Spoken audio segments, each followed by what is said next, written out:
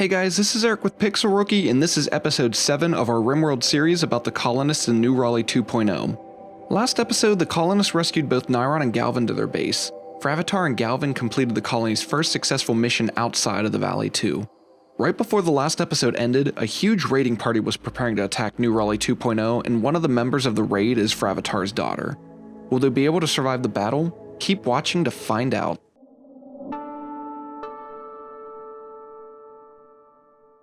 Everyone lines up into their positions for the impending attack. Tensions are high as the men approach their defensive funnel.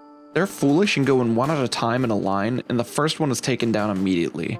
The rest of the men start pouring in, and 2 more are killed in the heavy gunfire. Every single raider is equipped with melee weapons, and they can't break through the waves of gunfire.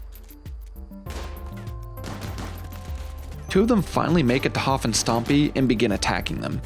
More of them break through, but it's very short-lived. They begin to flee as more men get gunned down. As they start fleeing, the colonists begin to pick off whoever they can. More are wounded and killed as they successfully defended another raid with almost no issues at all. The men begin to break from their defensive formation. Many of the raiders weren't killed though, so they return to capture them as prisoners. Unfortunately, it looks like Fravatar's daughter was one of the raiders killed in the firefight. There was nothing they could do for her now. Others went back to capture the rest of the wounded men. It's a good thing they expanded their prison ward because it was already too full of captives from the last fight. One of them was mortally wounded and died that night. The colonists barely felt remorse after the assault they had to endure from them though. Still, the men worked as hard as they could to tend to the others. Unfortunately, it wasn't enough. Another raider died later that morning. There are only 4 more remaining. Looking over one of the prisoners, they realized that he was addicted to psychic like King Size was, and they had no need for another member of the colony like that. They decided that he would be a good test subject for King Size to improve his medical skills by performing questionable operations on him. They wanted to send a message to the other factions that New Raleigh 2.0 was now a force to be reckoned with. Fravatar had a mental break and begins insulting whoever he sees. He was having a hard time coping with the loss of his daughter in the last fight. King Size continued with the first operation, but Niron and Fravatar broke out into a fight. It was quite a sight to behold. Fravatar and Niron were duking it out, and poor Joey Tucker was vomiting from being ill right beside them. Fravatar took the fight to the extreme and incapacitated Niron. He seemed to snap out of it afterwards, and he rescued her and laid her in the medbay. This wasn't the colony's best moment. Meanwhile, King Size was finishing up his attempted surgery and failed catastrophically. He immediately left to treat the wounds he just caused so the prisoner can heal up and be worked on again later. While King Size was patching him up, another fuse blows right outside of the base.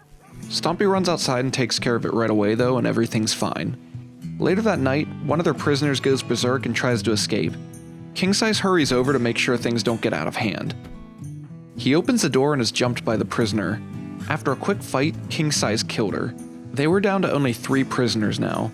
It was time for King Size to continue working on his subject and try to remove more organs for practice. They were consuming too much electricity and the power kept flickering. This would cause issues for King Size's surgery he was performing. It was another catastrophic failure. Frustrated, he tried one last time, and this time, his mistake was fatal.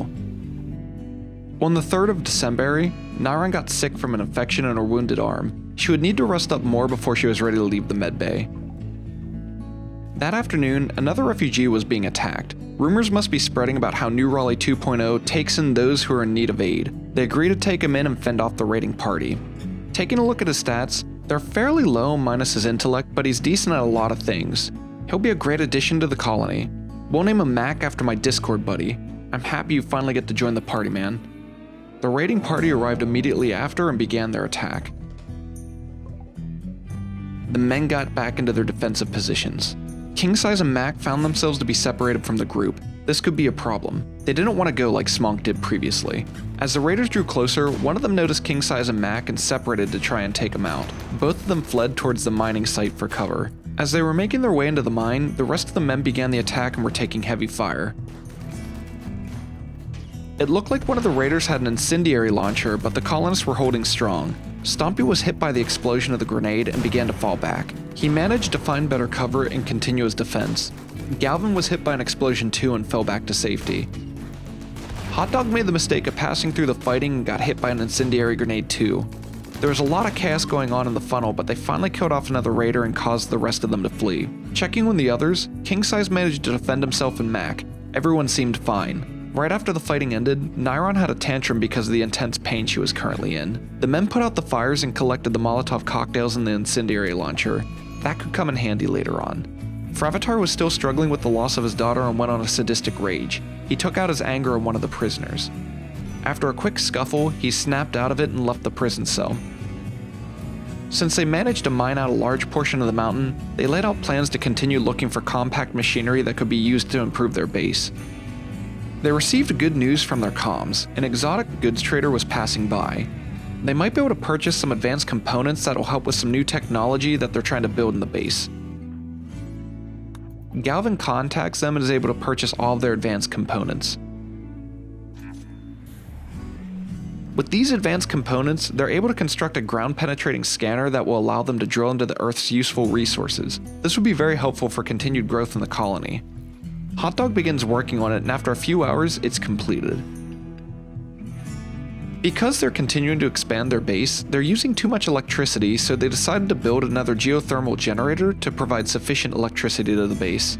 Since this isn't within the base's walls, they need to secure it by building a wall completely around it. On the 8th of December, a volcanic winter hits the valley. Just like the toxic fallout in the first year, they don't know how long this will last for. They do know that they need to fill up their freezer with as much food as they can right away, so they plan a massive hunt in the valley. Joey Tucker was alone hunting a megasloth until it turned on him and retaliated. He knew it was dangerous to fight such a massive creature alone, so he fled to the base looking for backup. The megasloth managed to hit him as he was escaping. Fortunately, he was still able to outrun it. As he got closer to the base, the megasloth took shots from the turrets. This caused it to flee, and the colonists grouped up and continued to hunt it down. Fravatar got closer, the megasloth collapsed from his wounds and they were able to kill it. Looking at their newly created mineral scanner, they were able to see which rich deposits were located near their base. While scanning the area, one of the hunted muffalos turned on Fravatar, but it was taken out right away. While finishing the second wall around their new geothermal generator, Niron successfully recruited one of the remaining two prisoners. He was incapable of performing most tasks, but the trade-off was that his combat skills were exceptionally high. We'll name him Jawless Paul, who commented and requested to be part of the series. Welcome aboard, Jawless Paul. We hope your combat skills come in handy. He'll equip the incendiary launcher for now, and he'll be the heavy hitter for future raids. Fravatar was still having issues with losing his daughter and began wandering around in a psychotic state. A rare thrumbo was passing through the valley, and because of the volcanic winter, they thought it would be a good idea to group up and hunt it for the extra meat. These animals can be very dangerous, so they had to be careful. They all lined up and opened fire. It didn't take much, and it turned towards the group to defend itself. It was too fast. They got one more round of shots and had to immediately fall back into the base. They turned and ran towards their defensive turrets, but it was right behind them. As they crossed the sandbags, it caught up to Joey Tucker and began attacking him. He cowered in fear while it took heavy fire from the rest of the hunting party and the turrets. It was finally taken down. Galvin finished it off and took it to their food storage. They should have plenty of food, even if the volcanic winter lasts multiple seasons. The next upgrade to their base would be a fabrication bench. This will let them craft advanced equipment and weapons that will be helpful to further expand their forces. On the 12th of December, a boom rat went mad and went in to attack Mac.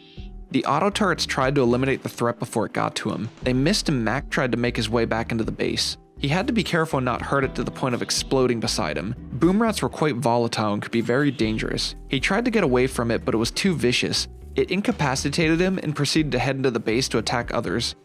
Right before it got too close to the turrets, they killed it and the explosion didn't damage anything. Hot Dog went up to tend to the fire while Hoff rescued Mac. That afternoon, two good things happened. The first was that Niron successfully recruited the last prisoner to new Raleigh 2.0. He was an extremely adept fighter and had really good stats all around. He'll be a great addition to the colony. We'll name him after my good friend, Brandon M. Welcome to the colony, buddy. The second interesting event was that a whole new area was discovered in the valley. While they were mining out the other mountain, they uncovered an entrance into a separate valley in the area. While scouting out this new area, they found lots of ship chunk debris that could be salvaged for parts. The next night, a psychic wave swept over the valley and drove all the squirrels in the area mad. They were all over the place and attacking whoever they saw. Joey Tucker was getting attacked by one in the battery storage area. Hot Dog, who's incapable of violence, was being chased by one and he couldn't escape it. Joey Tucker came in to help him out. He was pretty upset by the whole ordeal and it caused him to have a mental break and hide in his room. Hot Dog was ambushed by another squirrel and fled back inside looking for help.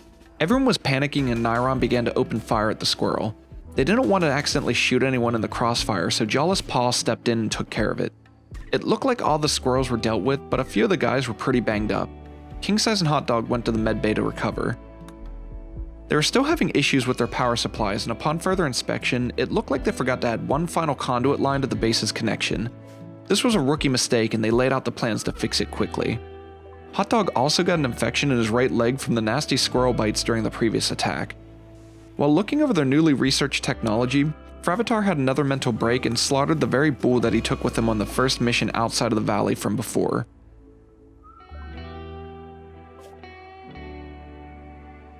The time came to take advantage of the nearby mineral spots underground. A deep drill was constructed by the new generator for easy access.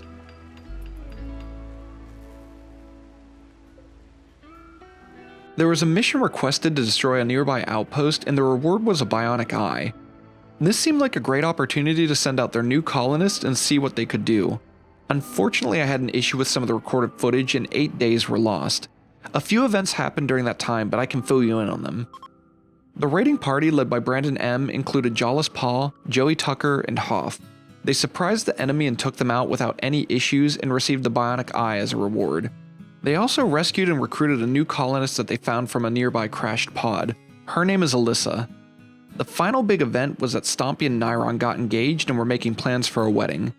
It was quite an eventful 8 days and I really wish I didn't have the technical difficulties and lost that footage. But anyways, back to the base. New Raleigh 2.0 was thriving. They were up to a total of 12 colonists and they were continuing to grow. A new group of cows wandered into the area and were already domesticated, so they joined the colony. They moved the mining drill to a new location hoping to find plasteel for building advanced weapons. Mac was working the deep drill and collecting valuable plasteel. They are also preparing a location for the upcoming wedding. Brandon M was becoming the tactical leader of the colony and was using their only sniper rifle as his weapon. They thought it made sense to install the bionic eye that they received as a reward previously for Brandon M to be an even better shooter. He found a spot in the medbay to lay down and King Size began to prep for the surgery. He brought over the bionic eye and began the operation. He finished the surgery and everything seemed to go very smoothly. Brandon M was resting up from the surgery and the newly installed bionic eye would definitely help with future attacks. At some point they realized that burying every fallen raider was too much effort and stopped doing it quite a while ago. All the corpses of the fallen raiders were taking up too much space in their dumping grounds, so they made a new one south of the colony. A herd of boomalopes were found in the newly discovered part of the valley, so they were going to attempt to train a couple of them. The colonists can harvest chem fuel from them, and they can be used strategically during raids since they're highly explosive. They were running out of storage space, so another expansion was being planned deeper into the base. They worked together to quickly mine out the new area.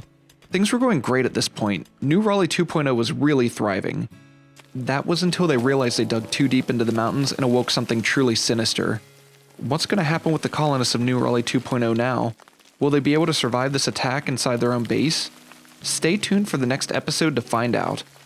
As always, thanks for watching, and until next time, have a good one.